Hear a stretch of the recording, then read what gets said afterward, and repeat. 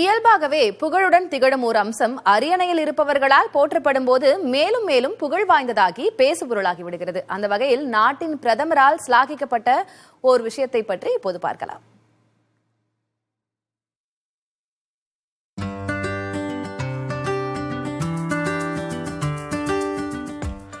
இந்த முறை மனதின் குரல் நிகழ்ச்சியில் உரையாற்றிய பிரதமர் ஆந்திராவின் பாரம்பரியம் மிக்க அரக்கு காப்பியை வியந்து பாராட்டினார். எக்ஸ் பக்கத்திலும் சிலாகித்து பதிவிட்டார். தங்கள் மாநில தயாரிப்பை வாழ்த்தியதற்கு நன்றி கூறிய ஆந்திர முதல்வர் சந்திரபாபு நாயுடு மோடியுடனான காப்பி விருந்துக்காக காத்திருப்பதாக பதிவிட்டார். நாட்டின் பிரதமரை சுட்டிக்காட்டி வியந்து பாராட்டும் அளவுக்கு அரக்கு காப்பியில் என்ன சிறப்பு இருக்கிறது என பார்க்கலாம்.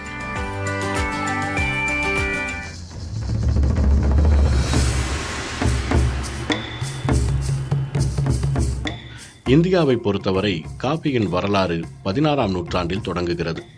கர்நாடக மாநிலம் சிக்மகளூர் மலைக்கு வந்து சேர்ந்த ஒரு துறவி விதைத்த 7 விதைகள் தான் இந்தியாவின் காப்பி பரவலுக்கான வித்தாகவும் அமைந்தது. இங்கிருந்து கேரளா, தமிழ்நாடு, அஸ்ஸாம் உட்பட நாடு முழுவதும் பரவியது.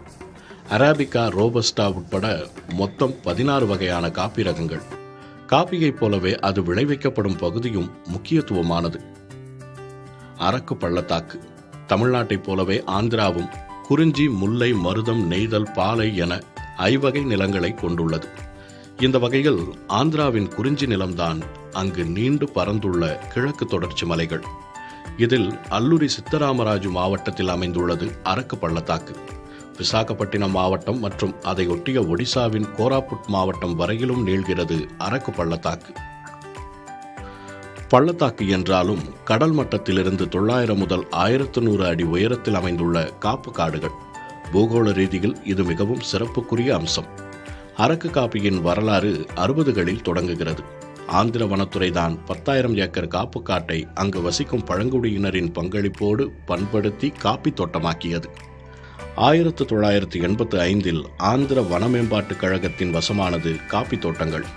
காப்பி பயிர்கள் பயிரிட்டு பாதுகாத்து அறுவடை செய்வதெல்லாம் பூர்வ குடிகளான பழங்குடியின மக்கள்தான். பழங்குடிகளின் கைவண்ணம் என்பதால் முழுக்க முழுக்க இயற்கை முறையிலேயே விளைவிக்கப்படுகிறது. காப்பி செடிகள் அனைத்தும் நிழலிலேயே வளர்க்கப்படுகின்றன. திராட்சையின் சிட்ரஸ் இனிப்பு, மிதமான வெல்லம் போன்ற இனிப்பு, இனிமையான அமிலத்தன்மையுடன் ஸ்ட்ராங் சுவைதான் அரக்கு காப்பியின் தனித்துவம்.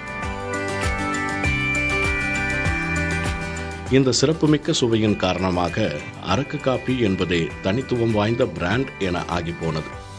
1997ஆம் ஆண்டில் காப்பி பயிரிடும் பரப்பு 1.5 லட்சம் ஏக்கராக உயர்ந்தது. ஓராண்டுக்கு 10,000 மெட்ரிக் டன் அளவுக்கு உற்பத்தியாகிறது அரக்கு காப்பி. அரக்கு காப்பி உற்பத்தியில் இப்போது 100 அல்ல, 1000 அல்ல, 1.5 லட்சத்துக்கும் அதிகமானோர் இருக்கிறார்கள். கிரிஜன் கூட்டுறவு சங்கங்கள் மூலம் சந்தைக்கு வருகிறது.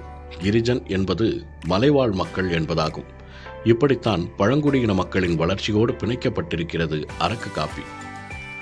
உலகத்தரம் வாய்ந்த சுவை என்பதால் காப்பி குடிக்கும் பழக்கம் கொண்ட நாடுகள் அத்தனையும் அரக்கு காப்பியின் சுவைக்கு அடிமை. அப்படித்தான் 2018இல் பிரான்ஸ் தலைநகர் பாரிஸில் நடந்த பிரிக்ஸ் எபிகூர்ஸ் விருது வரிசையில் தங்கப்பதக்கத்தை வென்றது. அரக்கு காப்பி வரலாற்றில் இது மைல்கல் தருணமாக அமைந்தது. 2019ஆம் ஆண்டில் புவிசார் குறியீடு அந்தஸ்தும் பெற்றது அரக்கு காப்பி. புதிய தலைமுறைக்காக ரவிக்குமார்.